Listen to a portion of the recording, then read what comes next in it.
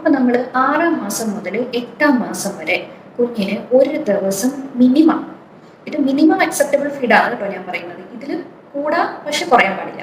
അപ്പോൾ 6 മാസം മുതൽ 8 മാസം വരെ നമ്മൾ കുഞ്ഞിന് ഒരു ദിവസം മിനിമം 2 ഫീഡെങ്കിലും നമ്മൾ കൊടുത്തിരിക്കണം, മുലപ്പാൽ കൂടാണ്ട്. ഇനി 8-ാം മാസം മുതൽ കുഞ്ഞിന് കംപ്ലീറ്റ് ആയി ഒരു 9-ാം മാസം മുതൽ അടുത്ത ഒരു വയസ്സ് വരെ 12-ാം മാസം വരെ കുഞ്ഞിന് നമ്മൾ മിനിമം ഒരു ദിവസം 3 ഫീഡ് കൊടുത്തിരിക്കണം. 12-ാം മാസം മുതൽ അടുത്ത 23-ാമത്തെ മാസം, അതായത് 2 വയസ്സ് ആവുന്നത് വരെ നമ്മൾ കുഞ്ഞിന് ഒരു ദിവസം 4 ഫീഡ് കൊടുത്തിരിക്കണം. അപ്പൊ 6-ാം മാസം മുതൽ 8-ാം മാസം വരെ 2 ഫീഡ്, 9-ാം മാസം മുതൽ 12-ാം മാസം വരെ കുഞ്ഞിന് 3 ഫീഡ്, 1 വയസ്സ് മുതൽ 2 വയസ്സാകുന്നത് വരെ കുഞ്ഞിന് നമ്മുടെ മുലപ്പാൽ കൂടാണ്ട് 4 ഫീഡ് കൊടുക്കണം. അപ്പോൾ ഈ കൊടുക്കുന്ന ഫീഡ്സിൽ 1-2 ഫീഡ് നമുക്ക് എന്തെങ്കിലും സ്നാക്ക് ആക്കാം. സ്നാക്ക് എന്ന് പറഞ്ഞ് ഞാൻ ഉദ്ദേശിക്കുന്നത് കുഞ്ഞിന് ബിസ്ക്കറ്റോ റസ്കോ കൊടുക്കണമെന്നല്ല കേട്ടോ.